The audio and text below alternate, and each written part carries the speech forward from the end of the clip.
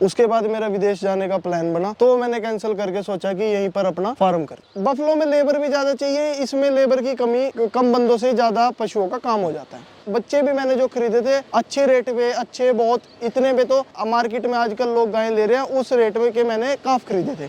Sir जो मेरा दूध है ये मेरा जा रहा है, मेरे फार्म के पास ही सोसाइटीज हैं और सेक्टर्स हैं, वहाँ से कस्टमर खुद आते हैं, डायरेक्ट लेके जाते हैं। ये बड़ा पशु है, अब ये हमारा एडलॉक में फंस गया। किसान भाइयों नमस्कार। किसान भाइयों, अगर आप बिजनेस में कुछ करना चाहते हैं, ज़्यादा प्रॉफिट कमाना चाहते हैं, तो आपको बाकी फार्मर से कुछ हट के काम करना पड़ेगा। किसान भाइयों, आज इस फार्म पे मैं आपको लेके आऊँगी। 23 साल के एक युवा का फार्म है जिन्होंने विदेश की नौकरी को ना चुन के अपने गाँव में ही इस डेयरी बिजनेस की 3 साल पहले शुरुआत करी। किसान भाइयों, आज की इस वीडियो में हम बात करेंगे डेयरी बिजनेस के बारे में, कैसे आप कम खर्च में डेयरी बिजनेस की शुरुआत कर सकते हैं। गाय से शुरू करना चाहिए या फिर भैंस से शुरू करना चाहिए, किस में ज़्यादा प्रॉफिट होता है, और साथ ही आपको बताएंगे क्या क्या इसमें आपको समस्याएं आने वाली हैं और क्या ऐसा आप करें जो बाकी फार्मर नहीं कर रहे हैं, या फिर आप क्या ऐसा वो काम करें जिससे बाकी फार्मर से ज़्यादा मुनाफा इस बिज़नेस में कमा सकते हैं। तो चलिए फटाफट से आपको मिलवाते हैं फार्मर से और बताते हैं इस डेयरी बिजनेस मॉडल के बारे में। भैया नमस्कार। नमस्कार जी। कैसे हो भैया? बढ़िया जी। आज आपके फार्म पे आए हुए हैं हाँ जी। ये देखने के लिए कि डेयरी फार्म जो है कैसे करा जाता है, क्या क्या उसमें चैलेंजेस आते हैं, क्या क्या समस्याएं आती हैं, और कैसा अभी आपका फार्मिंग मॉडल जो है चल रहा है। तो सबसे पहले तो जो हमारे दर्शक देख रहे हैं सर, अपना और अपने इस फार्म का छोटा सा परिचय दे दीजिए।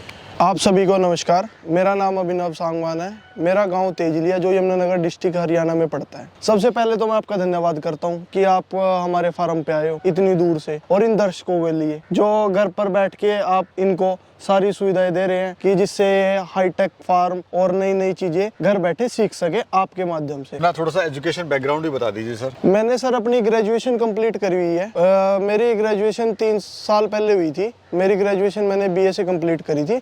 उसके बाद मेरा विदेश जाने का प्लान बना, तो मैंने कैंसिल करके सोचा कि यहीं पर अपना फार्म कर। विदेश आप जाना चाहते थे? हाँ जी, अमेरिका। अच्छा, हो गया था मेरा सारा कुछ काम। जी जी जी। तो फिर जैसे आप ग्रेजुएशन आपने करी है जी। आप शहर में जाके नौकरी वगैरह कर सकते थे या फिर पढ़ाई भी आगे कंटिन्यू कर सकते थे, तो डेयरी बिजनेस में फिर कैसे आपका मन सर बन गया? मोस्टली बच्चे जो अपना पीछे खेती से और एग्रीकल्चर फैमिली से जुड़े होते हैं, वो मेरे हिसाब से तो 90% बच्चे नौकरी नहीं करते, क्योंकि उन्हें वो तलाश रहती है कि खुद का काम करे, या तो वो बिजनेस सेटअप में जाते हैं या फिर अपना कुछ अपने लेवल पे। हमारे इस साइड हरियाणा पंजाब में तो ये चल रहा है फॉरेन का। 90% बच्चे जो 2018 से लेके 21 तक के बैच थे बाहर ही है। भैया आपको लगा कि जितना मैं बाहर कमाऊंगा उतना मैं अगर घर पे रह के काम करूं, मेहनत करूं, इस फार्म से कमा भी लूंगा, प्लस खुद भी रोजगार लूंगा, दूसरों को भी रोजगार दूंगा। जैसा भी हम देख रहे हैं, आपने 2-3 यहाँ पे लोग रखे भी हुए हैं। चलिए सर अंदर चलते हैं और देखते हैं किस तरह का आपका ये फार्म सेटअप किया हुआ है आपने। सर पहले तो ये बताइए, जैसे हम देख रहे हैं आपने काफी फ्री रेंज यहाँ पे छोड़ा हुआ है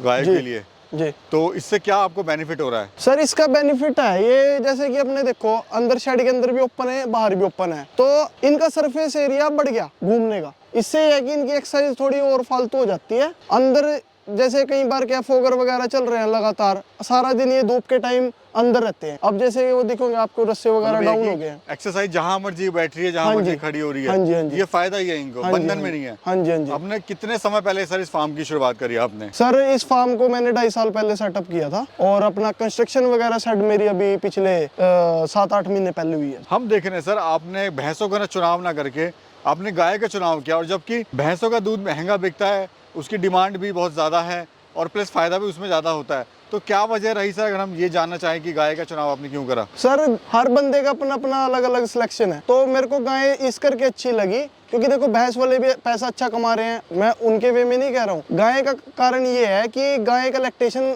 अकॉर्डिंग टू बफलो लंबा है, जैसे लगभग 4500 से 5000 लीटर एक बफलो एक यील्ड में अच्छी बफलो मिल्क दे देती है एक ब्यांत में, और आगे गाय की बात तो ये 7 से 8000, 9000, 10,000 तक एक अच्छी ब्रीडिंग वाली गाय आराम से लैक्टेशन की मिल्किंग दे देती है। यानी इसमें दूध देने की जो महीनों में बात करें, ज्यादा दूध देती है, जल्दी तैयार होती है। हाँ जी। वहीं जो हमारी भैंस है वो 3 साल में तैयार होती है। 3 साल में तैयार और ये जो गाय है 2 साल में तैयार हो जाती और है। बफलो में लेबर भी ज्यादा चाहिए, इसमें लेबर की कमी, कम बंदों से ज्यादा पशुओं का काम हो जाता है। आपने सर बताया कि जो आपने फार्म स्टार्ट किया वो बच्चों से शुरुआत करी आपने। हाँ जी, हाँ जी। हफ्ते के आप बच्चे लाए थे। हाँ जी, हफ्ते और हफ्ते लोग के। जो हैं बड़ी बड़ी गाय लाते हैं। हाँ जी, हाँ तो जी। इसका क्या रिजल्ट रहा और क्यों आपको ये चुनाव करा सर आपने? इसका ये रिजल्ट रहा कि मैं ना पहले मैं 4 पशु लेके आया था बड़े, अलग अलग फार्म से, मतलब सिलेक्ट करे मैं ले आया।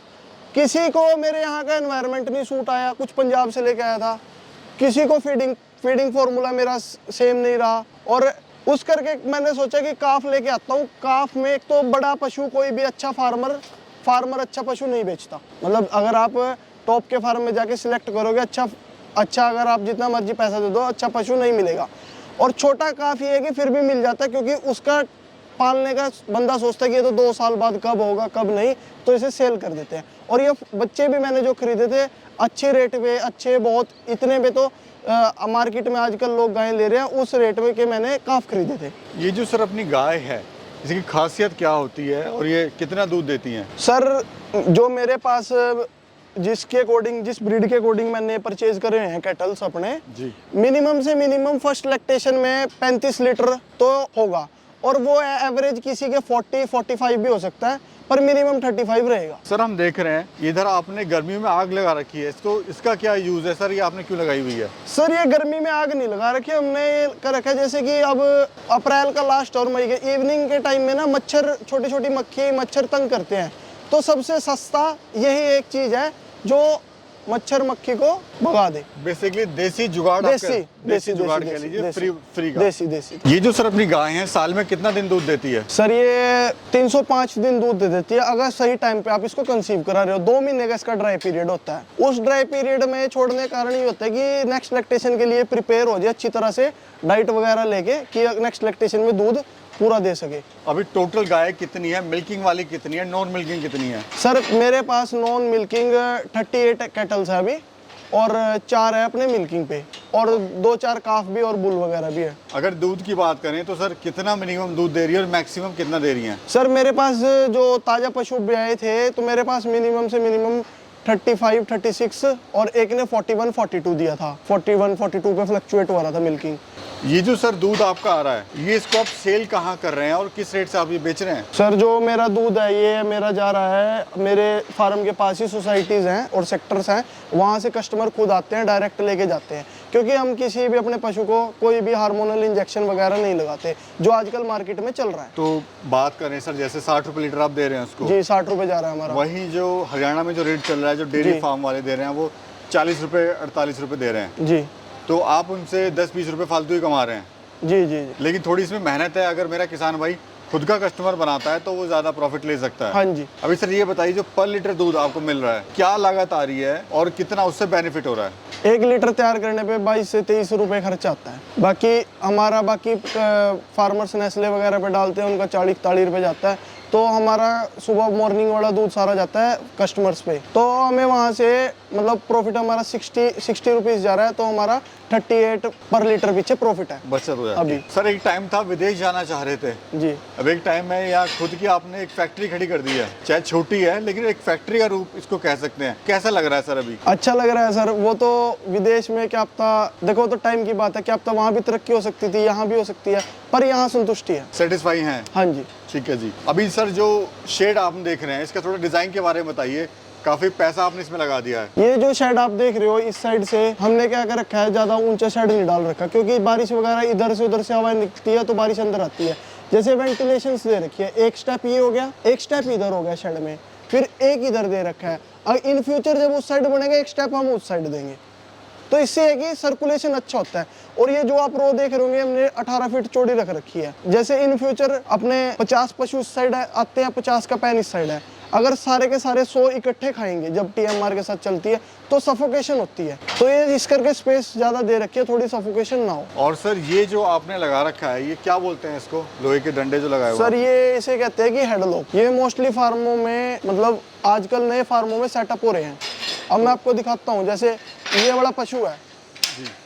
अब ये हमारा हेडलॉक में फंस गया, और जैसे हमने सारे पशु पकड़ने, मतलब कोई वैक्सीन करनी या कुछ करना, तो ऐसे फीड लगाई, सारे खाने आएंगे तो ये सब फंसते चले जाएंगे। तो इसका बेनिफिट ये है कि एक अकेला बंदा भी सारे पशु पकड़ सकता है। जैसे अब ये हो गया और ये अब खुद खुल जाएगा। मतलब ये है कि वैक्सीन वगैरह देना है आपको, हाँ जी, हाँ जी, ये उसको देखना है तो आप इसको देख सकते हो। हाँ जी जी, हमारी बाउंड्री भी सारी इसी से हो रखी है ना, हेडलॉक से। अच्छा सर, ये जो इतना यहाँ पे गोबर आता है उसका क्या करते हैं आप?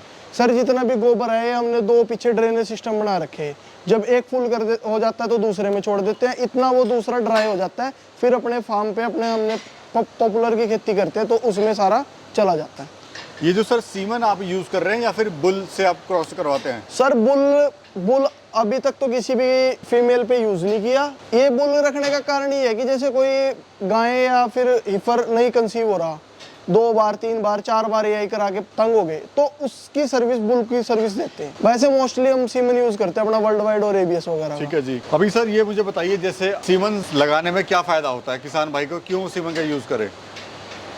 सर सीमन लगाने का फायदा ये है कि सपोज करो सीमन सारे इंपोर्टेड है, डायरेक्ट बुल्स के हैं जिनकी मदर की टीपीआई और सब सारा इम्प्रूव्ड है, और वो हम डालेंगे। अगर सीमन का बच्चा होगा तो इम्प्रूवमेंट उसकी एज कम्पेयर टू बुल से ज़्यादा मिलेगी, क्योंकि बुल हो गए हमारे फिर भी उस लेवल के नहीं है जो फॉरेन से इम्पोर्टेड सीमन्स है। फीड के बारे में बताइए, फीड जो आप दे रहे हो क्या इनको दे रहे हो सर? सर हमारी फीड अभी चल रही है 2 किलो सुबह 2 किलो शाम, जो मेरे हीफर्स हैं, क्योंकि मेरे पास मिल्किंग वाले तो कम है, मिल्किंग वालों पे चल रही है अलग से।